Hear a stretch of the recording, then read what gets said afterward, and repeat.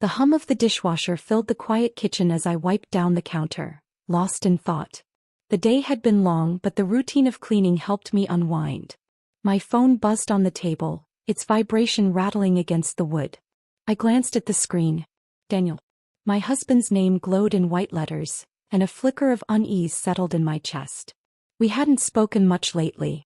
Conversations had become clipped, reduced to small talk about errands, bills, and the occasional forced, "How was your day?" Something had been off for months, and I had tried to ignore it, to chalk it up to stress, to long work hours, to the natural ebb and flow of marriage. Still, a phone call at this hour? That was unusual. I hesitated before answering. "Hey." His voice came through, light and almost cheerful. "Hey, thought I'd give you a heads up." I frowned. "About what?" There was a pause, then a casual chuckle.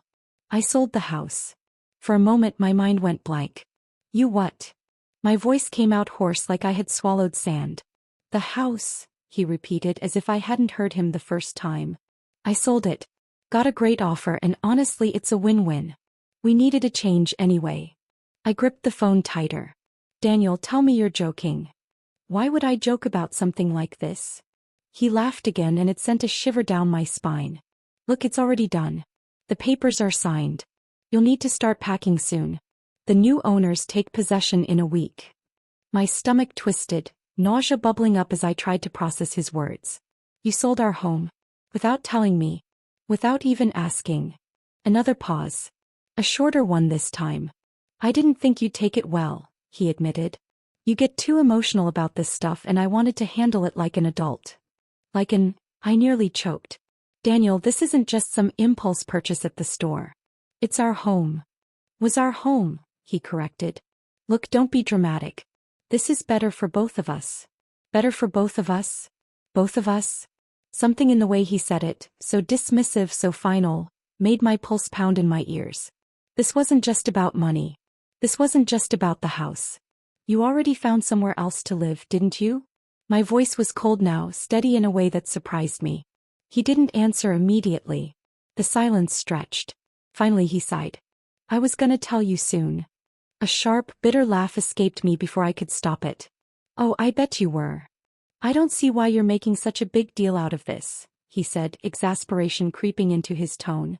"We've been over for a while. You just didn't want to admit it. This is good for you too. A fresh start." I felt like I had been punched in the chest. The world around me, the familiar kitchen, the hum of the appliances, the soft glow of the evening light, blurred at the edges. He had been planning this. For how long? Weeks? Months? Had he already packed his things? Had I missed every single sign? I sucked in a deep breath, forcing myself to stay calm. "Where's the money, Daniel?" His silence was different this time. Tighter. "It's taken care of," he said finally. I let out a slow exhale. "Meaning you already spent it?" He scoffed. "Not all of it." My hands curled into fists. I wanted to scream, to throw something, to demand how he could be so selfish, so cruel. But then something shifted inside me. A slow creeping calm. Because in that moment I realized something. Daniel thought he had won. He thought he had outplayed me. That he had pulled the rug out from under me and that I had no choice but to accept it. He had no idea what was coming. The moment the call ended, I stood frozen, phone still clutched in my hand, the silence of the kitchen pressing in on me. My heart pounded so hard it felt like I could hear it in my ears. The house, my home, was gone. Sold without my consent. My husband had made a decision that affected my entire life and acted as if it were a minor inconvenience. As if I were just some tenant being evicted from his property. I inhaled sharply through my nose, forcing my mind to clear. No, something wasn't right. Even with how reckless Daniel could be, even with his habit of making financial decisions without consulting me, this wasn't something he had the power to do. My fingers trembled slightly as I unlocked my phone again and scrolled through my contacts until I found the name I was looking for. Sarah Whitmore, attorney. I pressed the call button and brought the phone to my ear. She picked up on the second ring. "Lena? What's wrong?" I almost laughed at how quickly she sensed something was off. "Daniel says he sold the house." There was a pause, then a sharp intake of breath. "Excuse me." Just called me all smug, telling me to start packing because the sale is finalized. My grip on the phone tightened. "I didn't sign anything, Sarah." Can he even do that? Another pause. Thoughtful one this time. No, she said firmly. Not without your signature. You're both on the deed. I closed my eyes, exhaling in relief. I thought so. But he sounded so confident. Because he's an idiot, Sarah muttered. And because he's counting on you panicking instead of thinking. He was right. That's exactly what he wants. I swallowed the lump in my throat and turned away from the counter, pacing across the kitchen. Okay, so what's my next move? Sarah's tone shifted into pure professional mode. First, we confirm that no legal sale has actually gone through. I'll run a check on the deed and title records tomorrow morning to make sure he didn't forge anything. My stomach twisted. Would he even do that? You'd be surprised, she said dryly. Desperate men do desperate things, especially when money's involved. The sick feeling in my gut deepened. Sarah, I think he already spent the money. She let out a humorless laugh. Oh, I know he did. But that just makes things worse for him. I turned and leaned against the counter, rubbing my forehead. And if by some miracle the sale is legitimate? Sarah hesitated for just a second. Then someone at the title office screwed up badly and will take legal action immediately. But I don't think it's come to that. If your name is still on that deed, the sale is invalid. I let out another shaky breath. Okay. Now, she continued, what else do we need to be worried about? Shared accounts? Investments? I stiffened. The bank. The joint account, I murmured. He has to have cleared it out. Then check it right now. I didn't hesitate. I switched the call to speaker and tapped my banking app, my fingers moving swiftly as I logged in. The loading screen stretched on for what felt like forever before the numbers appeared. Balance, $64.23. My stomach dropped. That account had over $50,000 in it just a week ago. I felt like I had been punched in the gut. It's gone, I whispered. Sarah sighed on the other end. Of course it is. I could hear the fury in her voice, but it wasn't emotional. It was precise, sharp, dangerous. The kind of cold anger that meant Daniel had just made the biggest mistake of his life. Listen to me carefully, Lena, she said. That money is not lost. If he took it out all at once, that's suspicious activity. Banks keep records of everything, and depending on the situation, we might be able to freeze any recent transfers. But that means you need to act fast. I nodded, already grabbing my keys. I'm going to the bank. Good. I'll draft an emergency motion to freeze marital assets just in case. He wants to play dirty? We'll make him regret it. Her words sent a surge of determination through me. Daniel thought he had won. He thought I would crumble, that I would cry and beg, that I would be helpless. But he had just unknowingly declared war. And I was about to show him that he wasn't nearly as smart as he thought he was. The drive to the bank felt like a fever dream. The city lights blurred past my window, my knuckles white as I gripped the steering wheel. My mind was racing, trying to piece together the full extent of Daniel's betrayal. Selling the house behind my back, draining our joint account. What else had he done? What other damage had he left in his wake while I had been blissfully unaware? I forced myself to focus on the road. Don't panic. Think. Daniel was reckless, yes. But he wasn't stupid. He knew this was illegal. He knew I could and would fight back. So why did he sound so smug? What made him so confident that he could get away with this? I clenched my jaw. Because he thinks I won't fight back. The thought sent a wave of cold determination through me. He thought I'd just roll over and let him take everything. That was his first mistake. I pulled into the bank's parking lot and practically jumped out of the car, barely remembering to lock it as I stormed toward the glass doors. The teller at the counter gave me a polite, well-rehearsed smile as I approached. Good evening. How can I help you today? I took a deep breath, steadying my voice. I need to speak with a manager. It's urgent. Her smile faltered slightly. Of course, ma'am. Do you have an account with us? Yes, I said, tapping my card against the counter impatiently. And there's been unauthorized activity. The teller's eyes flickered with understanding and she nodded quickly. One moment, please. She disappeared into a back office and within minutes, a middle-aged man in a crisp navy blue suit emerged. He extended his hand as I approached his desk. Miss Carter.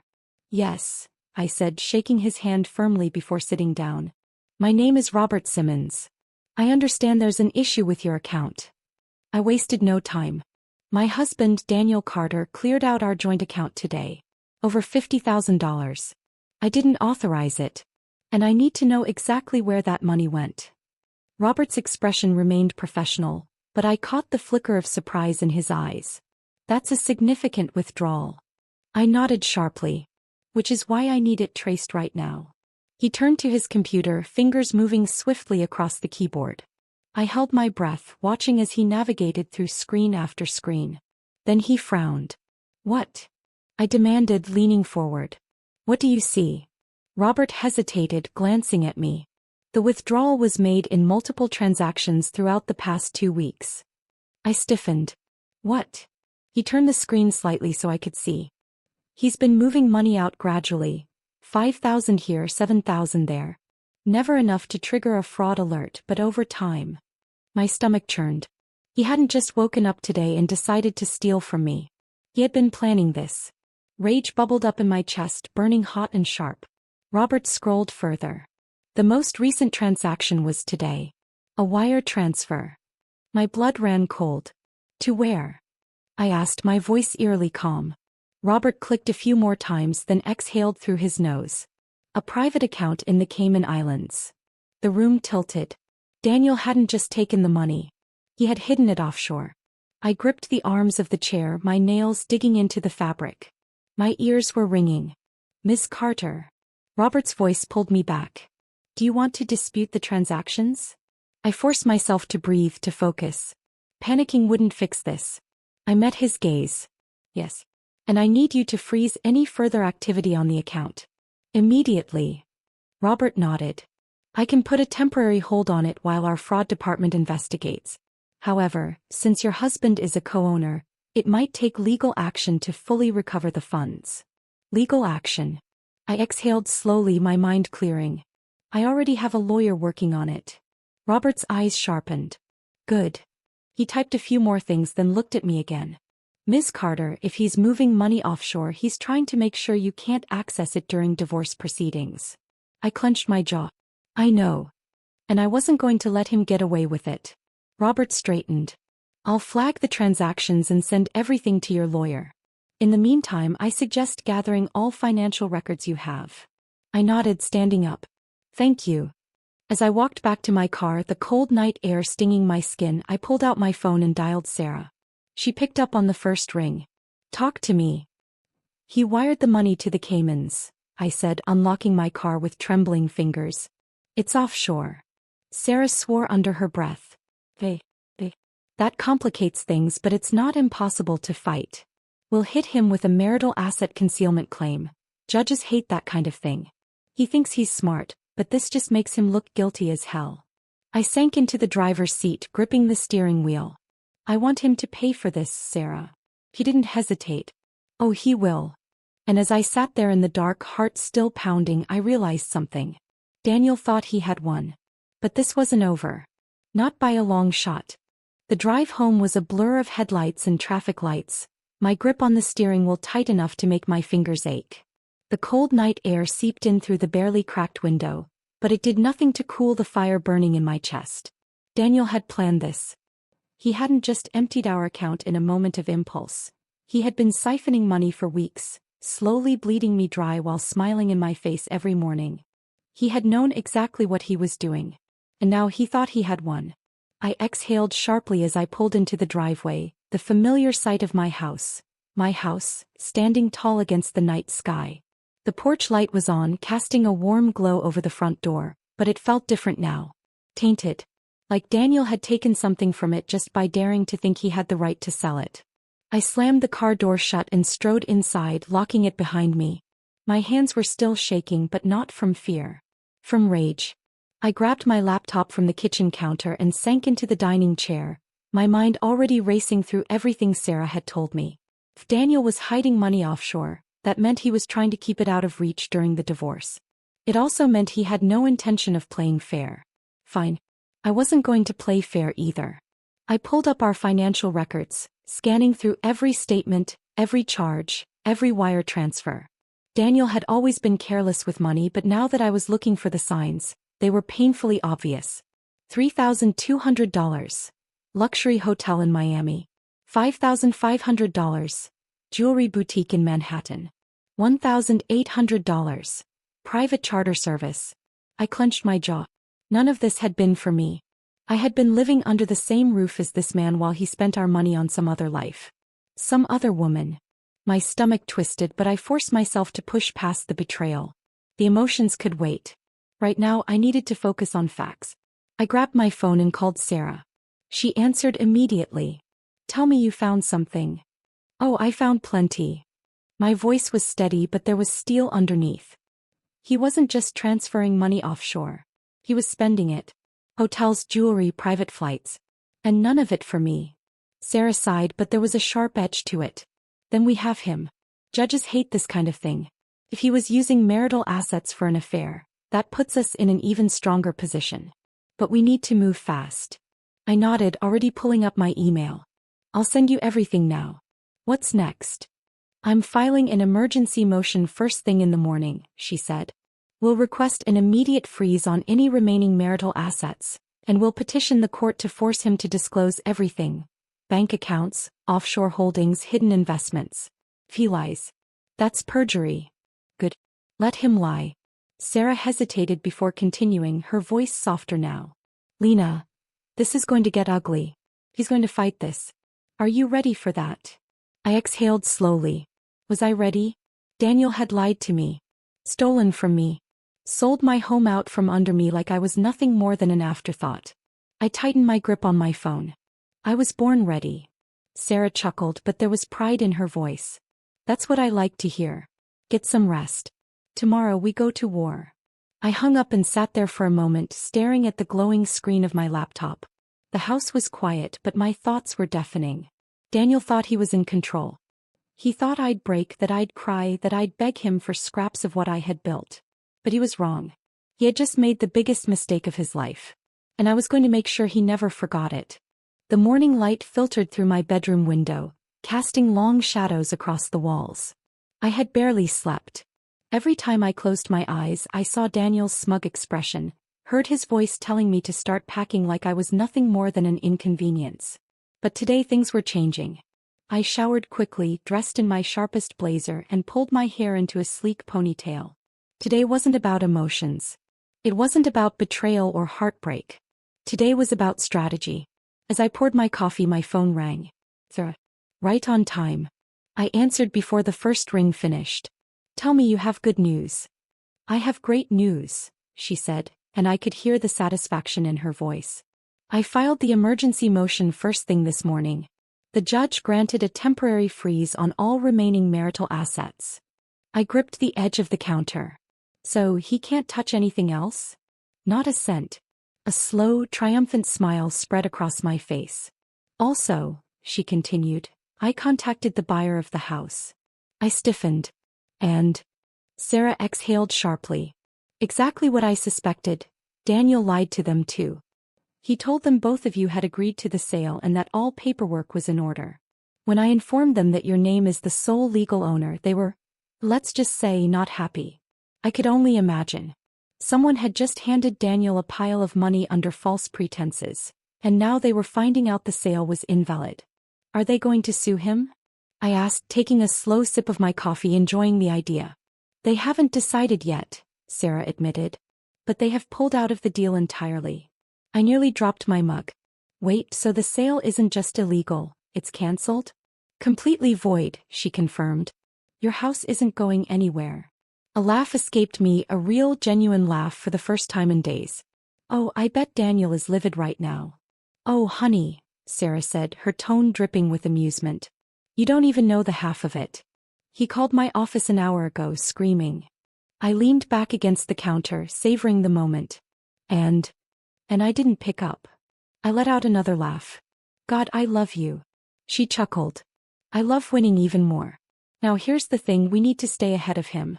He's going to retaliate and we need to be ready. I nodded, my mind already shifting into defense mode. What's our next move? Now that we've blocked his money, he's going to try to weasel his way around it. He might open new accounts, try to hide assets under someone else's name, maybe even reach out to the Caymans for another route. I gritted my teeth. What do we do? I've already filed for a forensic accountant, she said smoothly. They'll dig into everything: bank records, hidden assets, business expenses. If he so much as bought a sandwich under a fake account, we'll know. I exhaled slowly. This wasn't just about getting what was rightfully mine. This was about making sure Daniel didn't get away with any of it. I glanced at my watch. When do we confront him? Sarah hesitated. Are you ready for that? I smiled, slow and sharp.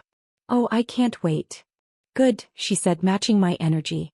Because I just sent him a legal notice to meet us at his lawyer's office this afternoon. My pulse quickened. And does he know what it's about? Sarah laughed. Not a clue. I set my coffee down and grabbed my car keys. Perfect. Because Daniel had no idea what was coming. And today I was going to watch his world burn. The office smelled like expensive cologne and desperation. I stepped into the conference room of Daniel's lawyer's firm, my heels clicking sharply against the marble floor. The space was decorated in muted grays and deep mahogany, designed to intimidate. It didn't work on me. Not today. Daniel was already seated at the long, polished table, his lawyer beside him. His arms were crossed, his jaw clenched tight. He looked up when I walked in, and for the first time in our marriage I saw something unfamiliar flicker across his face. Doubt. He wasn't as smug as he had been on the phone. Not after Sarah's legal notice. Not after his little house sale had crumbled in his hands. I took my seat across from him, Sarah sliding into place beside me. She set a thick folder on the table with a satisfying thud. Daniel's lawyer, an older man with graying temples and the polished patience of someone used to dealing with idiots, cleared his throat. Shall we begin? Sarah smiled, but it wasn't friendly. Let's. The lawyer adjusted his tie and looked at me. Miss Carter, you requested this meeting. What exactly are we here to discuss? I tilted my head, pretending to consider the question. Well, I thought we should clear up a few things. Starting with the illegal sale of my house. Daniel exhaled sharply through his nose. Our house. No, I corrected, leaning forward. Wine. You would know that if you had actually read the refinance paperwork instead of just signing whatever was put in front of you. His expression darkened. I lived there too. You did, I agreed, tilting my head. But unfortunately for you, living somewhere doesn't mean you own it.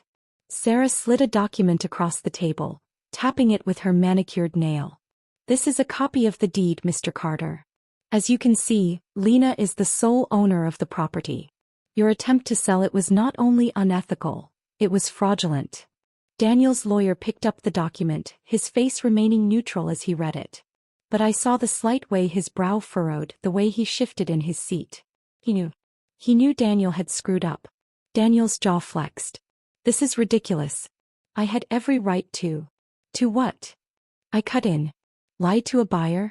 Take money for something that wasn't yours? Did you even think about what would happen when the truth came out? His lawyer set the paper down carefully. Mr. Carter, did you inform my office that your name was on the deed? Daniel didn't answer. His lawyer sighed through his nose. I see. Sarah didn't give them time to recover. The buyers have already pulled out of the deal, which means you're now responsible for whatever financial agreements you made with them. If they choose to take legal action against you, that's your mess to clean up. Daniel's eyes snapped to me. You just couldn't let it go, could you? I scoffed. Let go of my house. My money? Daniel, I don't know what's worse, your arrogance or your stupidity. His face reddened. I was fixing things. We both know this marriage is over. I leaned back in my chair. I'm well aware. That's why I had Sarah draw these up. I pulled a second folder from my bag and placed it in front of him.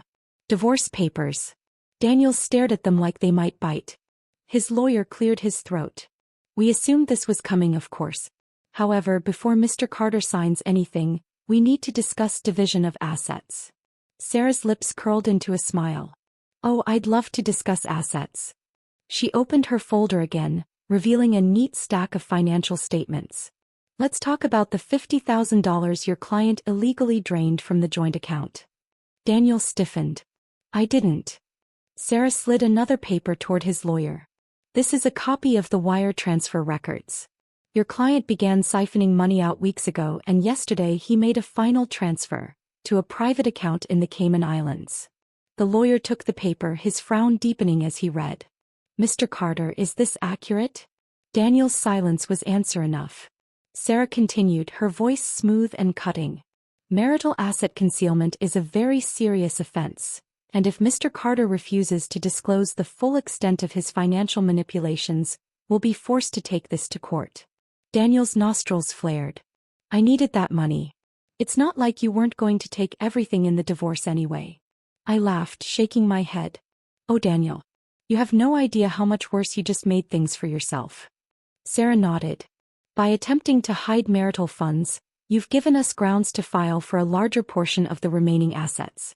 Not to mention, if Lena chooses to press charges, you could be looking at fraud allegations. Daniel's lawyer removed his glasses, rubbing his temples. Mr. Carter, why didn't you tell me about this? Daniel didn't answer. He was too busy glaring at me like I had personally ruined his life. I met his stare head-on. You did this to yourself. Sarah sighed dramatically, gathering her papers. Now we could take this to court, but we both know how that's going to end. So here's what's going to happen, Daniel. She pulled out one final document. You're going to sign the divorce papers today, she said. And you're going to agree to Lena getting the house, the car, and the majority of the remaining assets. If you refuse, we take this to trial where you'll likely lose everything. Daniel's lawyer glanced at the paperwork, then at his client. If I were you, I'd take this deal. Daniel looked furious. Trapped. I almost felt bad for him. Almost. He stared at the papers for a long moment, then snatched up a pen. I hope you choke on this, Lena. I smirked. Oh, don't worry, Daniel. I'll be just fine. He signed. And just like that, it was over. Sarah gathered the documents, slid them into her folder, and stood. Pleasure doing business with you. I stood as well, smoothing my blazer as I picked up my bag. Goodbye, Daniel. I turned and walked out of the office, my head held high, the weight of months of betrayal finally lifting from my shoulders. The moment I stepped into the fresh air, I let out a long breath. It was done. Daniel thought he could take everything from me. He thought he could walk away unscathed. But now he was the one left with nothing. And I was finally free. I walked out of that law office lighter than I had felt in years. The sky seemed bluer, the air fresher, as if the universe itself had been waiting for me to cut Daniel loose. I had won. But I wasn't done yet.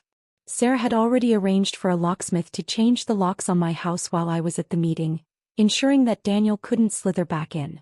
That was step 1. Step 2 was making sure he never touched another dime of my money. As I pulled into my driveway, my phone buzzed. Sarah. I put her on speaker as I grabbed my bag. Tell me you have more good news. Oh, so much, she said, sounding positively giddy. I just got off the phone with Daniel's bank. I paused, one foot on the porch. And, well, she continued, because of the asset freeze we put in place, every single one of his accounts has been locked. I grinned. Even the offshore one? Sarah sighed dramatically. Unfortunately, the Caymans are trickier, but his local accounts? Frozen solid. He can't touch a penny until this divorce is finalized and a judge rules on the remaining division of assets. I let out a slow breath, my smile widening. So let me get this straight, I said, unlocking the front door. Daniel sold a house he didn't own, lost the sale, got caught hiding money, and now he is the one completely broke? Sarah laughed. Exactly. And one more thing, his credit cards? Also frozen. He won't be booking any more business trips with our dear unknown other woman anytime soon. I stepped inside, shutting the door behind me. I hope he enjoys living on his credit score. Sarah snorted. Oh, he doesn't have one anymore. The idiot maxed out everything before this even started. The second the bank saw what was happening, they cut him off. He's financially ruined, Lena. Good. I thanked Sarah and hung up, tossing my bag onto the couch before heading straight to the bedroom. I had one last thing to do.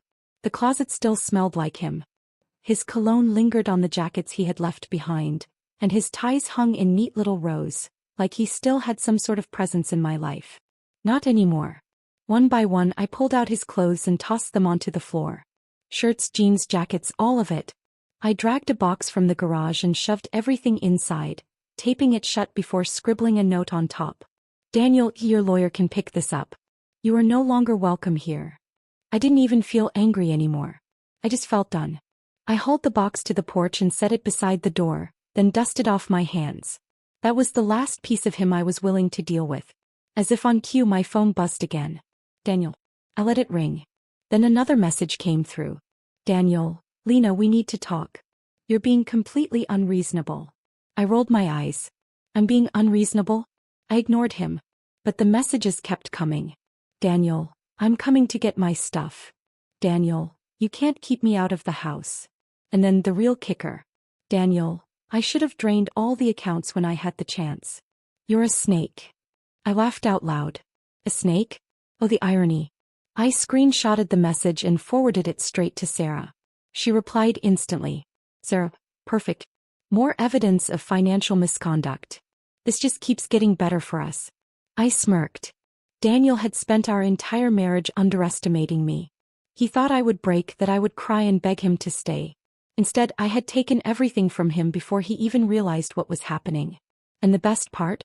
I wasn't even finished yet. The sun had barely set when Daniel showed up. I was sitting on the couch, sipping a well-earned glass of wine, when I heard the unmistakable sound of tires screeching to a stop outside. A car door slammed. Heavy footsteps stomped up the walkway. Then, bang bang bang. Daniel was pounding on my front door. I didn't even flinch. I had expected this. I took my time setting my wine glass down, smoothing the fabric of my sweater and making my way to the door. Through the peephole I could see him standing there, red-faced and furious, his fists clenched at his sides. I unlocked the deadbolt but didn't open the door. What do you want, Daniel? Open the damn door, Lena, he barked. I smirked. No. A muscle in his jaw twitched. You can't keep me out of my own house. I folded my arms, enjoying this far too much. It's not your house. It never was. His nostrils flared. Lena, I swear to God. You're trespassing. His head snapped back slightly as if the word trespassing had physically struck him. You can't be serious, he sneered. You're really gonna play this game? No game, I said, finally opening the door just a crack, but not enough for him to step inside. I leaned against the frame, deliberately casual. I spoke to Sarah this morning. The house is legally mine. The locks have been changed. You no longer live here. His eyes darkened. You don't get to decide that. I tilted my head. Actually, I do. And so does the law. He laughed, but it was humorless. You really think you won, don't you? I gave him a slow, satisfied smile. Oh, Daniel. I know I did. His face turned an even deeper shade of red. This is my stuff, he snapped, pointing at the box of his clothes sitting neatly on the porch. What the hell am I supposed to do with this? I shrugged. Not my problem. His fingers curled into fists. You're acting like a dam. I held up a finger. Careful, I warned. Because I have zero patience left for you. For a second I thought he was actually going to lunge. His entire body tensed, his shoulders rising and falling with each breath. Then he exhaled sharply and raked a hand through his hair. Fine. You want to do this? You want to make me the bad guy? I raised an eyebrow. You are the bad guy. His mouth twisted into something bitter. You were never this cold before. I nodded. You're right. I wasn't. But then my husband tried to steal my house, drained our accounts and ran off with God knows who. So yeah, I've changed. His expression flickered just for a second. Maybe he saw it then. The version of me he had once known, the woman who had loved him, trusted him. But that version of me didn't exist anymore. And it was his fault. I stepped back and started closing the door. Goodbye, Daniel. His eyes flashed. This isn't over. I met his gaze head-on. Oh, but it is. And with that I shut the door in his face. The moment the lock clicked into place, a deep sense of finality settled in my chest. Daniel had lost. I had my house, my money, my life back. And for the first time in years I felt truly, completely free.